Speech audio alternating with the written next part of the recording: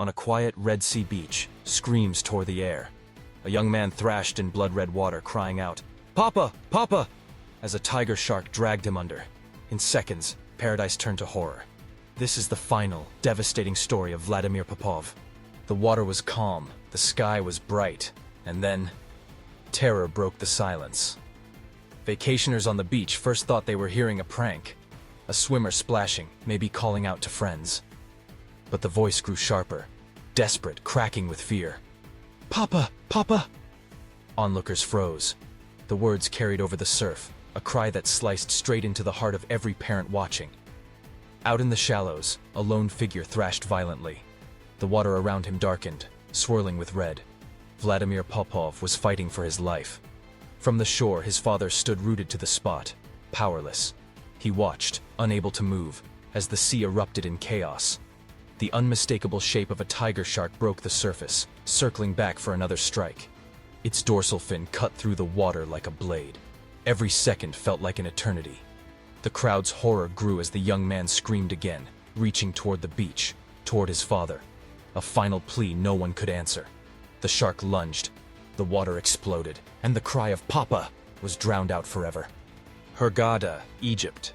For millions of tourists, the name means sunlit beaches, endless blue waters, and the promise of safety. A Red Sea resort town built on the idea that here, families could relax, laugh, and forget the world's dangers. For Vladimir Popov and his father, it was just that. A break, a chance to savor warmth and salt air. The water was calm, shallow, and welcoming. Fishermen on the pier, children splashing near the sand. The kind of day where you believe nothing can possibly go wrong. But beneath that calm surface, the Red Sea has always belonged to something older, hungrier. Tiger sharks. Apex predators that prowl the coastlines, capable of striking without warning. Locals know it. Authorities know it. But for tourists, standing under umbrellas and sipping cold drinks, those warnings feel like distant stories. On that June afternoon, Vladimir stepped into the water with no reason to expect danger. The horizon was golden. The sea looked inviting. He swam just far enough for his father to watch him from shore, a dark shape bobbing gently in the waves. A picture of peace, seconds away from hell. At first, no one on the beach realized what they were seeing. A splash in the water, a swimmer moving oddly.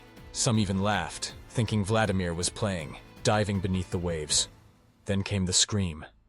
It wasn't playful. It wasn't staged. It was the sound of raw panic. A cry ripped straight from the soul. Heads turned. Families dropped their drinks. A mother pulled her child closer. "Papa! Papa!" The words echoed across the Red Sea. His father stepped forward, confusion turning instantly to horror. He could see his son thrashing, arms slapping against the water, not in play, but in desperation. And then, the fin. A black triangle broke the surface, slicing through the waves with chilling precision. A tiger shark, 10 feet long, circling, testing. The water rippled, then erupted as the predator closed in. Vacationers rushed to the shore, shouting, screaming for someone to help.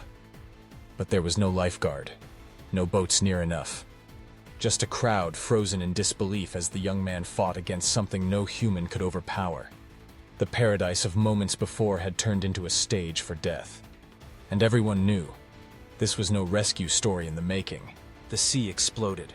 The shark struck with a force that seemed impossible in such shallow water. Its massive head surged upward, jaws opening wide, teeth like jagged glass closing around Vladimir's body. The sound, a sickening crack of flesh and bone, carried over the waves. Vladimir screamed. The water around him turned dark, swirling crimson. His arms flailed wildly, fighting against the unimaginable power dragging him down. For a heartbeat, he broke the surface, his voice cracking, desperate. "Papa, help me!" On the beach, his father lunged forward, stumbling into the surf. But the shark struck again, yanking Vladimir further out. The crowd erupted, some shouting, some praying, others frozen, unable to look away. The tiger shark circled back, its dorsal fin cutting a sinister path. Each time Vladimir tried to rise, the predator rammed him, knocking him under, biting again. His voice grew weaker, swallowed by the roar of the waves and the screams from shore. And then came the moment no one will ever forget. The shark surged one final time, its entire body breaching in a violent thrash. Vladimir's cry was cut short. The water boiled red. When the sea calmed, only silence remained, broken by the sound of a father's scream echoing down the beach. On the sand, Vladimir's father was frozen in a nightmare he could not wake from. Only moments earlier, he'd been watching his son swim, carefree, laughing, alive. Now, before his eyes, that same son was being ripped apart by a predator as ancient as time itself. He waded into the surf, arms outstretched, reaching, screaming his boy's name. "Vova!" His voice cracked, drowned by the chaos of the crowd and the crashing of waves. But no matter how far he reached, no matter how hard he willed his body forward, the distance between them was unbridgeable. The tiger shark's bulk blocked every hope. Its body thrashed, water erupting in a frenzy of red foam. His son's voice pierced the air one last time. "Papa!" And then it was gone, swallowed by the sea. The father's knees buckled. He fell to the surf, clutching the water that had just claimed his child, powerless against the truth unfolding in front of him. For the witnesses, it was unbearable. For the father, it was unthinkable. To watch, to hear, to know, and be unable to save. This wasn't just a shark attack. It was a father's worst nightmare, unfolding in broad daylight. The beach erupted in chaos. Families who had been sunbathing only moments earlier now stood frozen, their holiday laughter replaced by shrieks of horror. Mothers clutched their children, shielding their eyes, while others couldn't look away, transfixed by the nightmare playing out just yards from shore. Tourists pointed helplessly, their voices rising into a chorus of panic. "A shark! Oh God, it's a shark!" Some cried. Others prayed aloud, begging for the impossible, for the beast to release him, for the sea to give him back. A few brave men rushed to the water's edge, their instincts screaming to act. They hurled objects, anything they could find, inflatable toys, sandals, even stones. But the tiger shark ignored them. Its massive tail slapped against the water, sending sprays over the sand, each thrash a cruel reminder that humans were powerless here. Phones were raised, trembling hands recording what the mind could not process. The lens captured the sound of screams, the sight of crimson waves, and the last moments of a young man crying out for his father. Onlookers wept openly, some collapsing onto the sand, their bodies racked with sobs. Others turned and ran, unable to endure the sight. But no one would ever forget the sound of helpless terror. That day, the beach was no longer a place of joy. It had become an open-air theater of tragedy, where every scream carried the weight of death. When the water finally stilled, the monster revealed itself. A dark, striped shadow cutting slow circles beneath the crimson surface. The unmistakable markings of a tiger shark. 10 feet of raw muscle, armed with serrated teeth capable of shearing through bone like paper. Tiger sharks are not picky hunters. They are the garbage cans of the sea, eating everything from sea turtles to license plates, from dolphins to humans when opportunity presents itself. To a predator like this, Vladimir was not a swimmer. He was prey, flesh suspended in water, a silhouette too tempting to ignore. Its wide head broke the surface for an instant, jaws slick with blood. Witnesses gasped, the reality crashing down. This was not some distant danger from a documentary. This was here, in front of them, in shallow waters where children played hours before. The stripes running along its body glimmered in the sun, a cruel camouflage designed by nature itself. And behind those lifeless black eyes, there was no malice, no hatred, only instinct. In those few terrible minutes, one of nature's most efficient killers had reminded everyone of a truth too often forgotten. The ocean is not ours. It belongs to predators older than history itself. On the shore, one man's screams rose above the rest. It was Vladimir's father. He stood frozen at first, his hands trembling, eyes locked on the nightmare unfolding only meters away. Then, as the water turned red, his voice broke into a cry no one present would ever forget. "Papa! Papa!" The last words of his son still echoed in his ears. His body collapsed into the sand, fists pounding the ground, his anguish ripping through the air like a wound made audible. Some witnesses tried to hold him back, afraid he would throw himself into the water in a desperate attempt to reach his boy. But he didn't move forward. He couldn't. He was shackled by the worst curse a parent can endure, watching his child die in front of him, and being utterly powerless to stop it. Onlookers wept with him. Some turned away, unable to meet his eyes. Others said later that his cries haunted them more than the attack itself, because the shark was a predator doing what predators do, but a father forced to watch his son dragged under and torn apart. That was human tragedy in its purest, rawest form. The beach was filled with horror that day. But the loudest, most enduring sound wasn't the splash of the shark or the screaming crowd.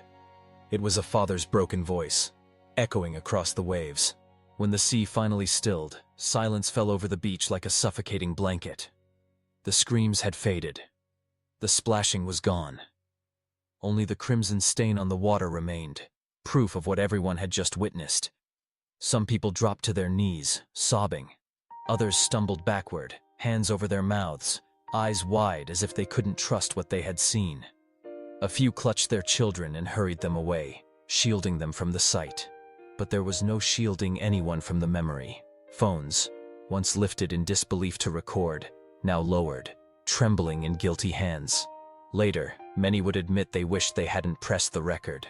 Watching horror on a screen could never capture the raw devastation of standing there, feet in the sand, while a man was eaten alive. Tourists stood in clumps, whispering, shaking, unable to process the fact that just minutes earlier, they had been sunbathing, laughing, living in paradise.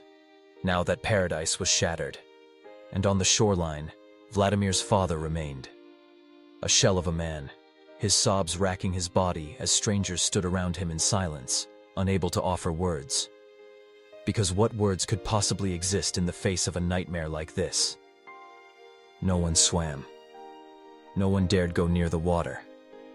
The Red Sea, moments before so inviting, had transformed into something else entirely. A grave. The Red Sea did not rest. While the beach lay paralyzed in shock, authorities scrambled into action. Local police, coast guards, and divers surged toward the waterline with grim determination. Word spread fast. A tiger shark had struck, and it was still out there. Fishermen from the nearby harbor knew what that meant. They hauled their boats out quickly, scanning the water with eyes hardened by years at sea. These men had always respected the predators beneath the surface. But now, the hunt was personal. Within hours, a small fleet of boats pushed out into the crimson-stained waves. Engines roared, nets and hooks were readied, and every eye searched for a shadow sliding just below the surface. Witnesses said the shark was huge, nearly 10 feet long. Somewhere in the depths, it was circling, perhaps still agitated, still hungry. Then came the shout, a dorsal fin cutting the water. The predator that had just torn a man apart now glided within reach of the boats. The chase was on. For long minutes, men wrestled against the sea and the beast. Nets tightened, ropes strained, and when they finally dragged it aboard, the shark thrashed violently, its body hammering against the deck. The very same power that had taken Vladimir's life now shaking the boat itself. Onlookers crowded the pier, silent, their eyes fixed on the predator. Some felt relief, others only sorrow. Because no matter how many blows fell, no matter how final the capture, nothing could erase the screams that still hung in the air. On the sand he stood frozen, a father staring into the surf, powerless as the sea stole his son. He had heard the screams. "Papa! Papa!" Those words tore through him, searing themselves into his soul. Every instinct in him screamed to dive in, to fight, to save. But against the ocean and its most ruthless predator, he was helpless. He could only watch, every thrash of water, every red stain spreading across the waves, etching themselves into a nightmare he would never wake from. Witnesses later said his face carried a look beyond grief. It was something primal, a father's love colliding with the raw, merciless reality of nature. He had raised his son, watched him grow, laughed with him, fought with him, shared a life. And in seconds, it was all torn away before his eyes. When the water stilled and the beach fell silent, the father collapsed. Not from exhaustion, but from despair. He had lived through what no parent should ever endure, to hear his child call his name in their final moments, and be unable to reach them. It was not just a shark attack, it was a shattering of a bond, witnessed by dozens, felt by millions who later saw the video. And for that father, the Red Sea would never be just water again. It was the grave that swallowed his son. The sea grew quiet again, but the silence did not bring peace. On that beach, screams still hung in the air, etched into the memory of every witness. A son's desperate cries, a father's helpless agony. The images spread like wildfire, raw, unfiltered terror caught on camera. And soon, the entire world was watching. Egyptian authorities reacted with brutal swiftness. The tiger shark was hunted, caught, and killed, hauled to shore as angry crowds gathered. Officials declared justice had been served, but to those who had stood on that beach, it felt hollow. A life had been lost, and no act of retribution could bring him back. The Red Sea, once marketed as a tourist paradise, was suddenly a place of dread. Hotels emptied, beaches closed, and governments demanded answers. Was this shark sick? Hungry? Or was it a reminder that in shallow waters where families wade, the line between safety and savagery is thinner than we ever want to believe? For the Popov family, there would be no forgetting, no closure. His father's anguished cry would echo long after the waters stilled. For the world, this was more than a freak tragedy. It was a reminder that nature does not forgive mistakes, and that sometimes horror arrives in broad daylight when no one is ready. Vladimir's final word had been, "Papa." And with it, he left behind not just a father's broken heart, but a chilling echo of our vulnerability, a father's helpless cry, a son's final plea. A paradise beach turned into a nightmare that the world could not look away from. Stories like this remind us that nature's beauty hides a razor edge, and when it strikes, lives are changed in an instant. If this story gripped you, there are more tragedies, more survival tales, more moments that show how fragile we really are. Subscribe now, so you never miss the next chapter, because the next story is even darker.